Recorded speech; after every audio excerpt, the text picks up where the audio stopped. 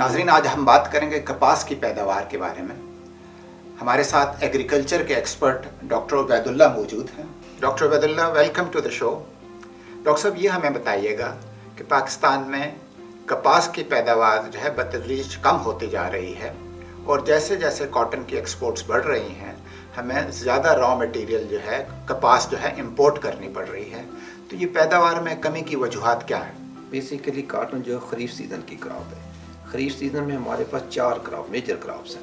Basically उसमें sugar cane है, उसमें मतलब मेज़ है और मतलब उसके अलावा मतलब राइस है और मतलब कॉटन है।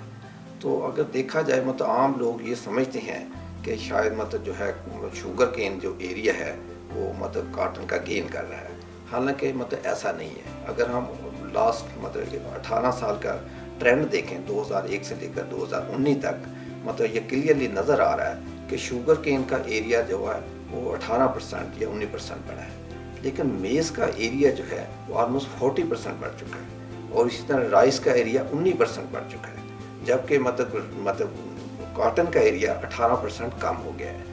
तो इसलिए अगर देखा जाए सारी जो कंप्यूटिंग क्रॉप का एरिया जो है वो ओवर द टाइम बढ़ रहा है। तो अगर मतलब इसको फर्दर अगर इन डेप्थ में देखें तो हमें मतलब जब हम यील्ड देखते हैं पर हेक्टर यील्ड जो है वो मतलब लास्ट 18 ईयर्स में मतलब शुगर केन की यील्ड जो है वो 40% बढ़ चुकी है और मेज़ की यील्ड जो 171% बढ़ चुकी है और मतलब जो है इसके मतलब राइस की यील्ड 40% बढ़ चुकी है, जबकि कॉटन की यील्ड सिर्फ 15% बढ़ी है।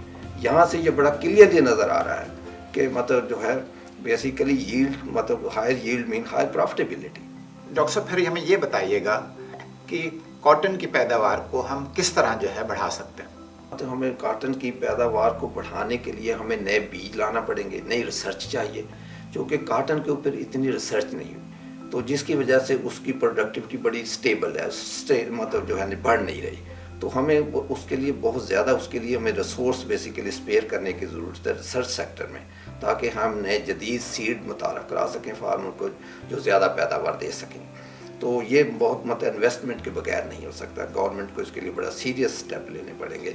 डॉक्टर अबेदुल्ला, कुछ हमें बताइएगा कि इस इशू पे कोई रिसर्च मौजूद है कि कॉटन की पैदावार को कैसे बढ़ाया जा सकता है या वाटर इंटेंसिव क्रॉप्स का शेयर कैसे कम किया जा सकता है?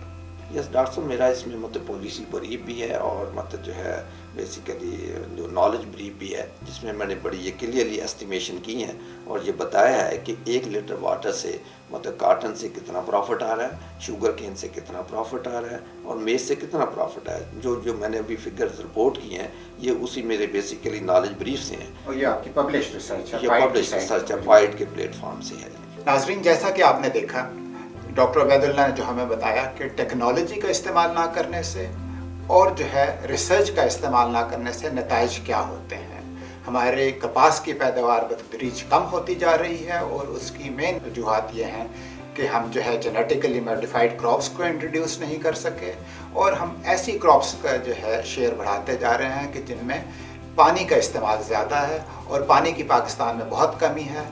हमें ग्रेजुअली उस तरफ मूव करना चाहिए कि जो वाटर इंटेंसिव क्रॉप्स ना हो, लेकिन उनकी प्रॉफिटेबिलिटी हम बढ़ाएंगे तो तभी जो है किसान जो है उस तरफ मूव करेगा। उसके लिए रिसर्च की भी ज़रूरत है और टेक्नोलॉजी के इस्तेमाल की भी ज़रूरत है।